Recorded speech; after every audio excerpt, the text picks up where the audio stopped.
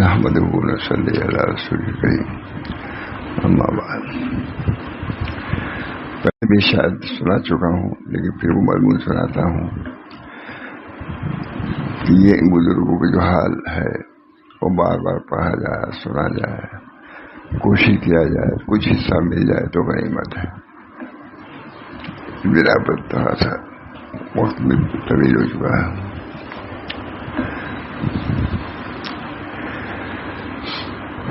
بسم اللہ علیہ.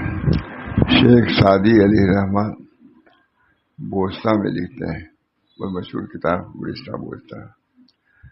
شیخ سعدی اس میں یہ واقعہ نقل کیا ہے. انہوں نے فرماتے ہیں کہ شیخ سعدی بوستا میں لکھتے ہیں کہ حضرت سیدنا عبد القادر گیلانی رضی اللہ عنہ در حرم کعبہ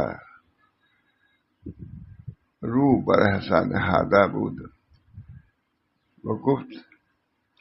حضرت عبد الجیلانی کو لوگوں نے دیکھا کہ حرم شریف کے کنکریوں پر پیشانے رکھے ہوئے تھے اور یہ کہہ رہے تھے، اے خداوند بخشا ببخشا. واگر مستوجب عقوبتم مرا روز قیامت نابینا برنگے در روب نیکا شرمشاہ نباشا. شیخ سعدی نے بہت سے ایسے واقعات لکھے ہیں جو اور کتابوں میں نہیں ہیں. اس وجہ سے ہمارے حضرت مولانا شاہ رسول اللہ صاحب کے برابر سناتے رہتے تھے گلستہ بوستا کو سامنے. ہم تو سمجھتے ہیں کہ فارسی پڑھنے والے جو گلستہ بوستا بچے پڑھتے ہیں وہ انہی کے لیے ہے. حضرت صاحب کہتے تھے نہیں، بوڑھوں کے لیے بھی ہے، علماء کے لیے بھی ہے. چنانچہ بوستا لے کے بیٹھتے تھے اور یہ واقعہ سناتے تھے. لکھتے ہیں شیخ سعدی حضرت فرما رہے ہیں کہ شیخ سعدی بوستا میں لکھتے ہیں کہ عبد القادر گیلانی رضی اللہ عنہ یہ در حرم کعبہ روح برحسا نہادہ بود و گفت کا ترجمہ کیا ہے؟ حضرت عبد القادر گیلانی کو لوگوں نے دیکھا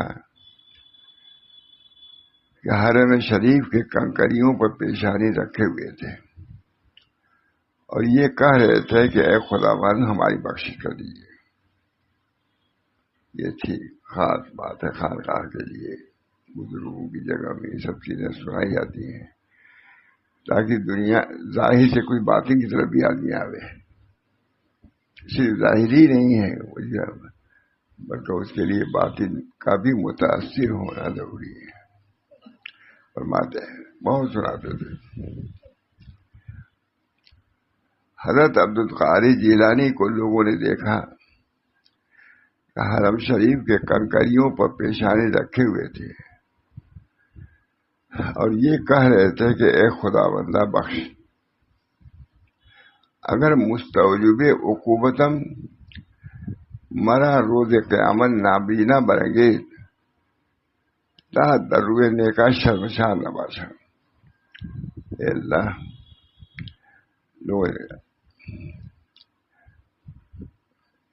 اے اللہ ہم کو بخش دیجیے. پہلی بات، اگر ہم بخشش کے لائق نہیں ہیں تو ہم کو نابینا اٹھائیے تاکہ نیکوں کے سامنے شرمساری نہ ہو کہ وہ نیک بنتے تھے یہ بزرگ لیکن اتنے گنہگار ان کو سزا ہو رہی ہے اللہ کیا. تو کہا نابینا اٹھائیے تاکہ مجھے شرمندگی نہ ہو. کہہ رہے تھے اے خداوند ببخشا. مگر مستوجب عقوبتم مرا روز قیامت نابینا برنگے تا دروب نیکا شرمشاہ نباشا تاکہ نیکوں کے سامنے شرمندگی نہ ہو. یعنی اے خداوند عالم مجھے بخش دیجیے، اور اگر میں سزا ہی کا مستحق ہوں تو مجھے روز قیامت نابینا اٹھائیے. تاکہ نیک لوگوں کے سامنے شرمندہ نہ ہوں. کتنی بڑی بات. ہم نے سب پڑھا ہے, اڑیسہ میں تو ہے, اڑیسہ بولتا ہے, پڑھا ہے بچپن میں, لیکن وہی کتاب دے کے حضرت بیٹھتے تھے. وہی گلستہ بولتا جو بچے مدرسے میں پڑھ رہے ہیں, وہی کتاب لے کر کے بیٹھتے تھے اور سناتے تھے.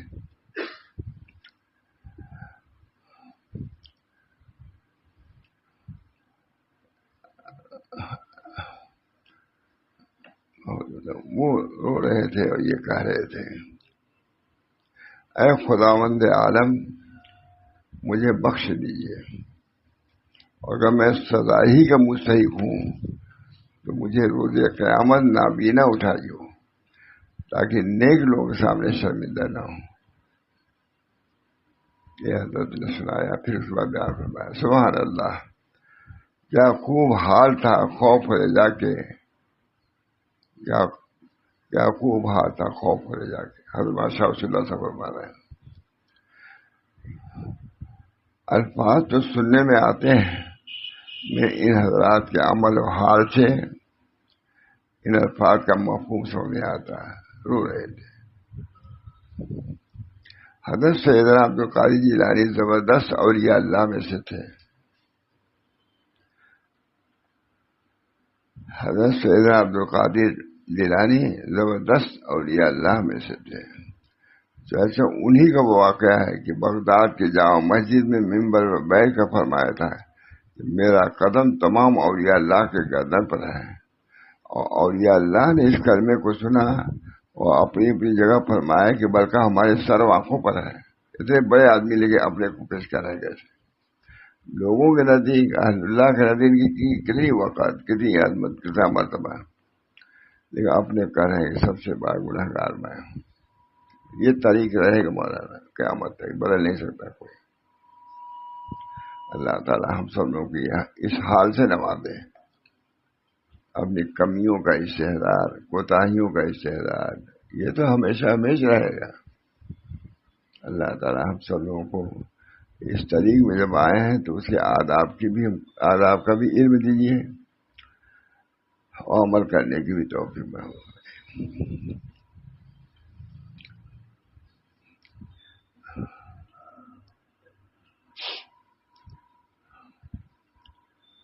جامع مسجد میں ممبر پر بیٹھ کر فرمایا کہ میرا قدم تمام اولیاء اللہ کے گردن پر ہے, اور اولیاء اللہ نے اس کلمے کو سنا اور اپنی اپنی جگہ فرمایا کہ بلکہ ہمارے سر آنکھوں پر ہے. ایسا تو حضرت کا مرتبہ تھا, یہ مرتبہ تھا. اور خشیت کا یہ عالم تھا کہ حرم شریف کے کنکریوں پر پڑے ہوئے رو رہے تھے. تمام اولیاء اللہ ان کو ولی مانتے اپنا سردار, لیکن خود ان کا حال یہ تھا. ارے اسی حال کی وجہ سے تو اس حال تک پہنچے, اپنے کو کمتر جانا, اپنے کو حقیر سمجھا, تو اللہ نے ان کو بلندی عطا فرمایا. اپنی بھی جگہ فرمایا کہ بلکہ ہمارے سر آنکھوں پر ہے. ایسا تو حضرت کا مرتبہ تھا اتنا بڑا, اور خشیت کا یہ عالم تھا کہ حرم شریف کے کنکریوں پر پڑے ہوئے رو رہے تھے اور کہہ رہے تھے کہ اے اللہ میرے گناہ بخش دے. بڑائی تو ان کو اسی وجہ سے ملی تھی, اس کو چھوڑتے کیسے؟ بڑائی اختیار کرتے تو نہ ملتے.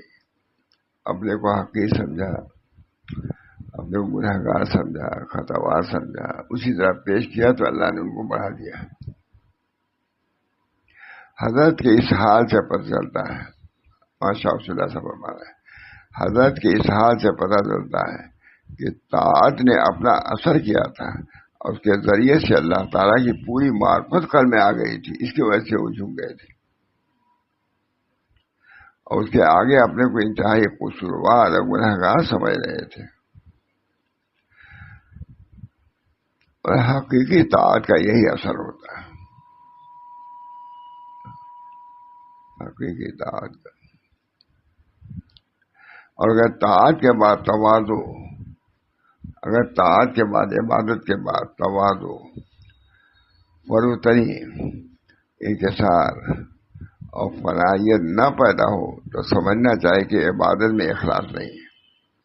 میں سمجھتا ہوں حضرت نے بہت عمدہ باری بادشاہ سناتے بھی تھے مجید میں، اسی کو نقل کیا ہم نے، بہت عمدہ۔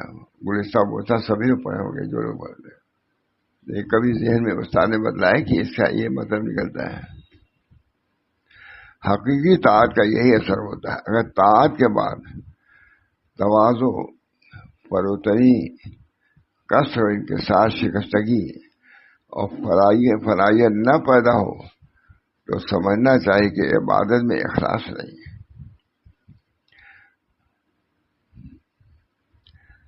ایسے ہی لوگوں کے متعلق معلوم فرما رہے ہیں، ایک می بینی خلاف آدم نیستن آدم خلاف آدم۔ جن حضرات کے اندر یہ صفات نہیں ہے تو دیکھنے میں تو آدمی ہے بلکہ بزرگ سمجھے جاتے ہیں، لیکن در حقیقت والے بزرگ ہیں آدمی ہے، کچھ نہیں۔ جو اپنی ان کو معرفت نہیں ہوئی، ان کے اندر انانیت ہے، خود بینی ہے، کبر ہے، تو پھر کیا بزرگی کہاں آئی؟ ایک می بینی خلاف آدم نیستن آدم غلاف آدم۔ جن کو دیکھ لیے وہ آدم نہیں ہے، وہ غلاف آدم ہے، آدم کے عکس ہے۔ حقیقت آدمی کے لیے یہ کچھ کے اندر تواضع ہو، انکسار۔ اللہ ہم سب لوگوں کو یہ دورہ نصیب فرمائے۔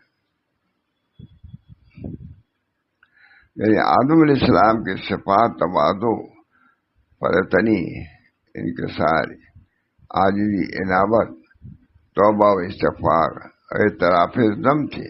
لہذا جس آدمی میں یہ صفات نہ ہو تو بھلا وہ کیا آدمی ہے؟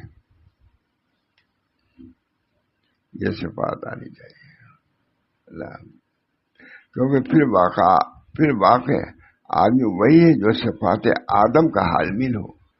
ان کی صفات اگر اس کے اندر ہو، تواضع، انکسار، سب کچھ کرنے کے بعد اپنے کو ہے سمجھنا، کچھ نہ سمجھنا،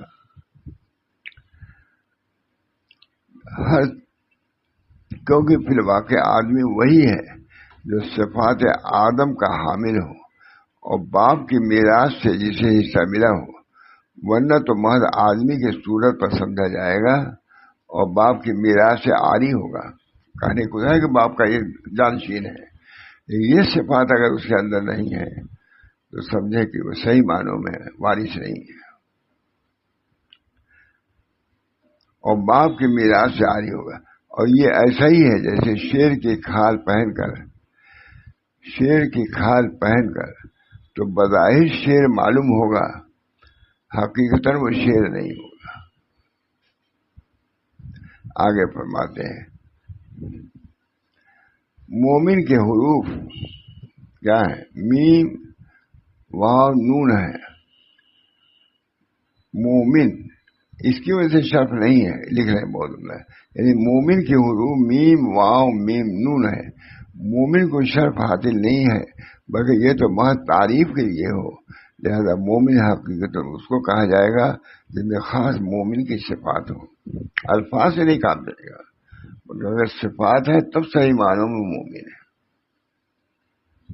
باقی منافق پر مومن کا اطلاق کیا جانا ایسا ہی جیسے شیر کی کھال پہننے والے کو شیر کہہ دیا جائے۔ اللہ ہم سب لوگوں کو حقیقی ایمان عطا فرمائے، معرفت عطا فرمائے۔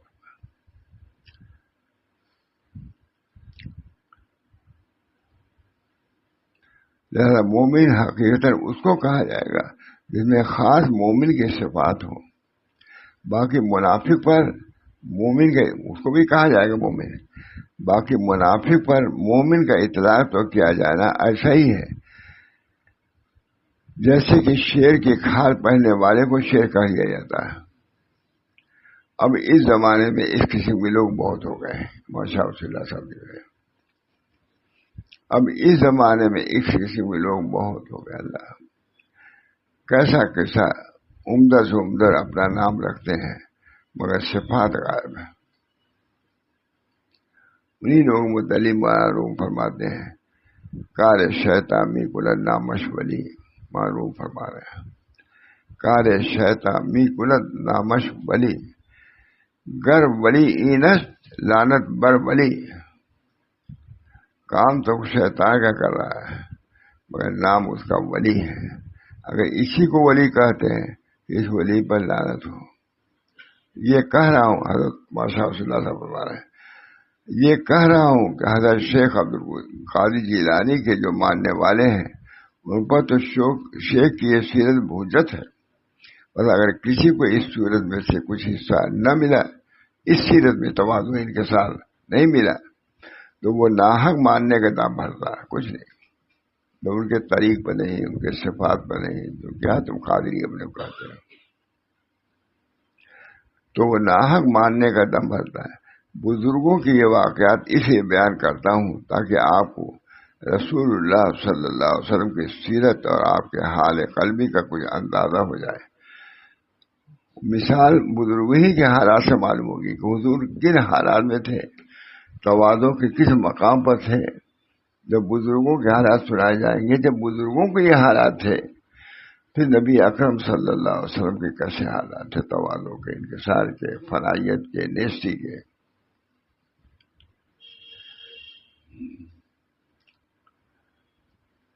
میں اس لیے سناتا ہوں کہ آپ کو رسول اللہ صلی اللہ علیہ وسلم کی سیرت اور آپ کے حال قلبی کا کچھ اندازہ ہو جائے اور معلوم ہو جائے کہ خوف و خشیت کیا چیز ہے. پھر نام خوف خشیت کا ہو اور وہ حال نہ ہو تو اللہ ہم سب کو اس حال سے نواز دے.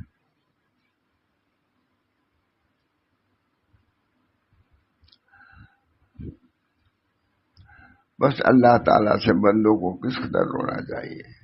اچھا آدمی تب بھی ڈرو، معلوم نہیں اس کے اندر اخلاص ہے یہ نہیں. اب لوگ ہم سے کہتے ہیں کہ عمل کے لیے بس قرآن کافی ہے. میں انہیں یہ جواب دیتا ہوں کہ بے شک کافی ہے، مگر آپ نے قرآن کو کافی کب سمجھا، کب بنایا؟ کافی تو ہے، واقعہ تو یہی ہے، قرآن کافی ہے اصلاح و تربیت کے لیے، لیکن آپ بنائیں گے تب تو ہوگا. مگر آپ نے اس کو کافی بنایا کب ہے؟ آخر اسی قرآن میں تو یہ ہے، یرجون رحمتہ ویخافون عذابہ. وہ لوگ اللہ کے رحمت کے امیدوار ہیں اور اس کے عذاب سے ڈرتے ہیں. اگر آپ کا یہ حال ہے تو بے شک آپ قرآن پڑھیں. اگر یہ حال نہیں ہے تو صرف بکواس سے کوئی نہیں ہوگا. پیدا کیجیے حال، یرجون اللہ کے رحمت کی امیدواری، اللہ کے عذاب سے، ان کی ناراضی سے ڈر اور خوف، یہ ہے اصل حقیقت، یہ کسی عمدہ.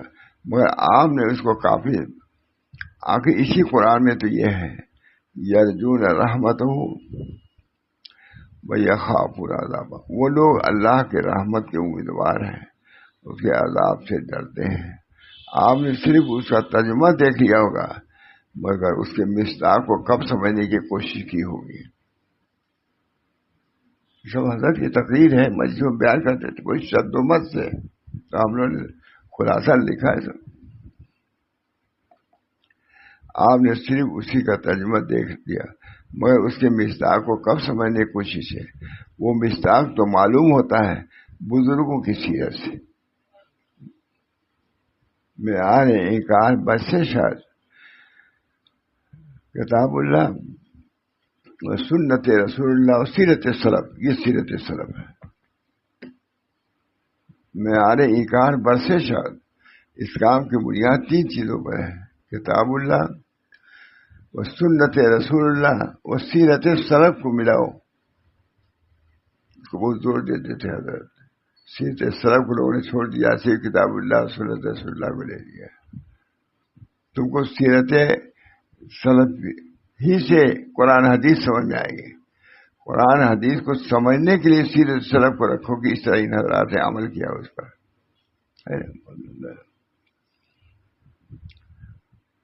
بولو اللہ کے رحمت سے بولے.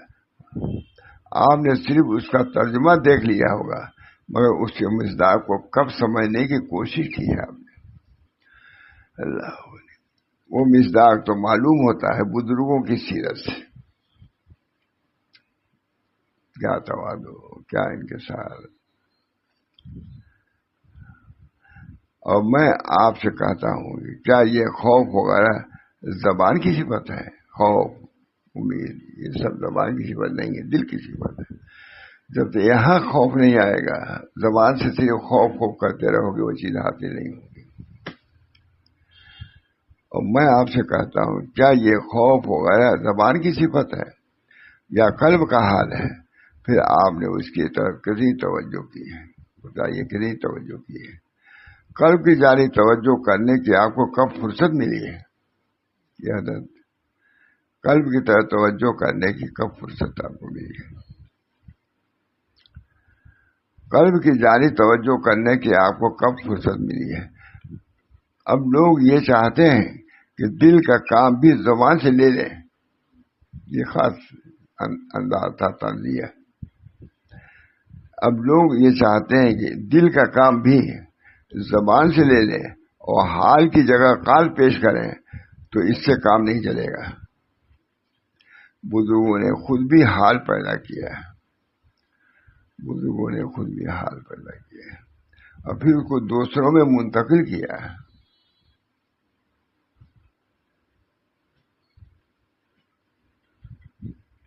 اور کسی چیز کی اشاعت کا یہی طریقہ بھی ہوتا ہے کہ جب بڑے یہ چاہتے ہیں کہ چھوٹوں سے کام کرائیں تو پہلے ان کو خود کرنے لگتے ہیں.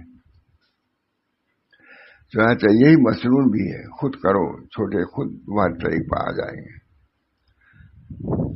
رسول اللہ صلی اللہ علیہ وسلم نے خود یہ دعا فرمائی ہے، اللہم لا مانع لمن اعطیت ولا معطی لمن منعت.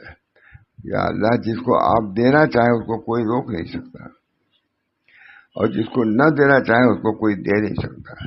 تو صحابہ کرام نے بھی اس دعا کو سنا، اس کی وجہ سے سب کے اندر یقین ہو گیا کہ بے شک مومن کا سب کام اللہ ہی کی اعانت سے ہوتا ہے، تم نہیں کر سکتے، اللہ کی طرف. اسی طرح حضرت سیدنا عبد القادر جیلانی نے سب کے سامنے جو یہ عمل کیا، تو اسی لیے کہ سارے حاضرین اپنے یہاں جا کر اس کو نقل کریں، اور تمام عابدین کے لیے شیخ کا یہ عمل تاجیان عبرت ہے. جب ایسا بار شیخ ایسی تواضع انکسار کر رہا ہے تو ہمارا شمار جو ان کا نام بھی لیتے ہیں، ان کو مقتدی بھی مانتے ہیں، کیوں نہیں کیا گیا؟ یعنی وہ یہ سمجھیں کہ جب اتنے بڑے کامل شیخ کی نظر اپنی طاعت پر نہیں ہے تو ہم لوگ بھلا کیا اپنی طاعت پر نظر کریں. شیخ سعدی نے اس شکایت کو تو اپنی کتاب ہی میں لکھ دیا تاکہ ہر دور میں اس کا تذکرہ کم از کم زبان پر تو جاری رہے. مدرسے حدثی دیکھا زبان پر جاری ہے، بہت بہت بیان کرتے رہتے تھے. لکھا ہے شیخ خود فرما رہے ہیں، اس لیے لکھ دیا ہے تاکہ لوگ اس کو بیان کریں، سمجھیں کہ صرف خالی حال نہیں ہے بلکہ حال بھی کچھ ہی چیز ہے. دعا کیجیے مولانا. شیخ سعدی نے اس شکایت کو اپنی کتاب میں لکھ دیا تاکہ ہر دور میں اس کا تذکرہ کم از کم زبان پر تو جاری رہے، کیونکہ جب زبان پر برابر آتا رہے گا تو کبھی امید ہے کہ یہ حال ایک دن قلب میں بھی اتر جائے گا. اور جب اس کا زبان پر نہیں بلکہ انکار ہے، زبان پر نہیں بلکہ انکار ہے ان حالات کا، ارے کچھ نہیں، یہ نہیں کہ بلکہ اس کے سرے سے اس کے مخالف ہے حال، تو کیا حال ملے گا؟ ورنہ اگر واقعہ کتاب ہی میں لکھا نہ ہوگا تو پھر زبان پر نہ آ سکے گا. اس وجہ سے کتاب میں لکھنا بھی ضروری ہے، زبان پر آنا ہے، اس کے بعد ہی اس تک پہنچو گے حال قلبی تک. پر جب تک دیکھنے والے موجود ہوں گے اس وقت تو واقعہ کا چرچا رہے گا، مگر ان دیکھنے والوں کے بعد چرچا بھی ختم ہو جائے گا. آج کچھ لوگ ہیں کہ فلاں بزرگ کا یہ حال تھا، تو وہ نہیں رہے گا، وہ بھی نہیں ختم. ایسے لوگ صاحب حال ہونا چاہیے. اس کی قال بھی ہے، اعمال بھی ہے اور حال بھی، تینوں چیزیں ہیں، قال، عمل اور حال. اللہ مگر ان دیکھنے والوں کے بعد چرچا بھی نقل ہے، کیونکہ قاعدہ ہے کہ صلاح کی باتیں صالحین کے ذات تک ہی رہتی ہیں، اور جب یہ لوگ نہیں رہ جاتے تو باتیں بھی ختم ہو جاتی ہیں. غرض شیخ حرم کعبہ میں جو اس طرح روئے تو حاضرین کے قلب کو ہلا دیا. شیخ وقت کعبہ میں رو رہے ہیں، ہے نا واقعہ. کعبہ میں رو رہے تھے. جب شیخ حرم کعبہ میں جو اس طرح روئے تو حاضرین کے قلوب کو ہلا دیا ہے. ماشاء رسول اللہ صاحب کے الفاظ. اور اپنے ایک رونے سے نہ جانے کتنے مخلوق کو خالق سے ملا دیا. یہ واقعہ کو دیکھنے میں ایک چھوٹا سا واقعہ تھا، مگر اثر کے لحاظ سے اس وقت کے سب لوگوں اور بعد میں بھی کتنے لوگوں کے لیے اللہ تک پہنچنے کا ذریعہ بن گیا. آپ سے کہتا ہوں، ماشاء اللہ صاحب لکھ رہے ہیں، آپ سے میں کہتا ہوں کہ جب یہ حال پیدا ہو جائے تو آپ کہیں بھی رہیں کچھ ڈر نہیں ہے. کہیں بھی چلے جائیے، کوئی برا اثر نہیں پڑے گا. جب تک یہ حال نہیں ہے، صرف زبانی زبان ہے تو بدل بھی سکتے ہیں، جسے مشائخ اجازت نہیں دیتے ہر جگہ جانے کی، ہے کہ نہیں. آپ سے کہتا ہوں کہ جب یہ حال پیدا ہو جائے تو آپ کہیں بھی رہیں کچھ ڈر نہیں ہے. ہوائی جہاز میں اڑیں، کہیں چلے جائیں، کوئی مذاق نہیں. جب تک قلب میں یہ کیفیت اور حال نہ پیدا ہو جائے، آدمی کے الجھ جانے کے لیے ایک معمولی سے کانٹا بھی کافی ہوتا ہے. بہت مثالیں موجود ہیں. ماں گنگوئی کے یہاں رحمۃ اللہ کا ایک جوان آتا تھا، بہت فدا، بہت اس سے امیدیں تھیں. اس کی شادی ہو گئی، نہیں آنے لگا. دیکھو اتنے ہی ہٹ گیا ہے. ملتا بھی تھا گنگوئی سے، یکسر بیٹھ کرتے تھے. جب حال میں قوت نہ آ جائے اس وقت تک لگا رہنا چاہیے، اس میں چھوڑنا نہیں چاہیے. جب تک قلوب میں ایک کیفیت حال نہ پیدا ہو جائے، آدمی کو الجھ جانے کے لیے ایک معمولی سا کانٹا بھی کافی ہے، اور دنیا کی ہر چیز ہی کانٹا ہے.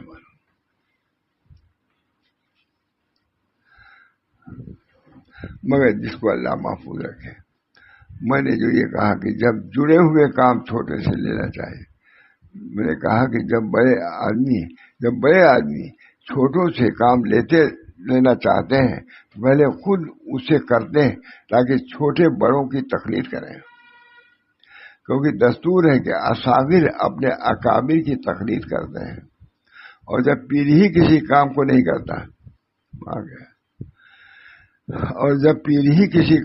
کرتا تو مرید بھی اس کو نہیں کرتے، بلکہ اس کی ذرا سی غفلت کی وجہ سے دوسرے لوگ عمل سے بہت دور جا پڑتے ہیں. اللہ تعالیٰ ہم سب لوگوں کو اصول طریق پر رہنے، اس پر عمل کرنے کی توفیق میں عمل کرنا ہے. عمل تو سبھی کو کرنا ہے، کوئی بغیر عمل کے کہیں کوئی نہیں پہنچا ہے. عمل ہی سے آدمی پہنچتا ہے. اللہ تعالیٰ ہم سب لوگوں کو اکابر کے طریق پر چلنے کی توفیق دے، کہ اعمال کے اختیار کرنے کی توفیق دے. اللہ تعالیٰ ہم لوگوں کے راستے کو آسان فرمائے. فرماتے تھے دعا کرو بھائی کہ راستہ آسان ہو جائے. حضرت ماشاء اللہ صاحب دعا کرو کہ راستہ آسان ہمارے لیے ہو جائے. بغیر ان کے آسان کیے ہوئے نہیں آسان نکل سکتے ہو، چھوڑ سکتے ہو، طریقے کو چھوڑ سکتے ہو. اللہ تعالیٰ ہم سب لوگوں کو طریق پر گامزن رکھے اور اس کو فیض و برکات سے مالا مال فرمائے، اور دوسرے لوگوں کو بھی اس راستے میں آنے کی توفیق برحمت فرمائے.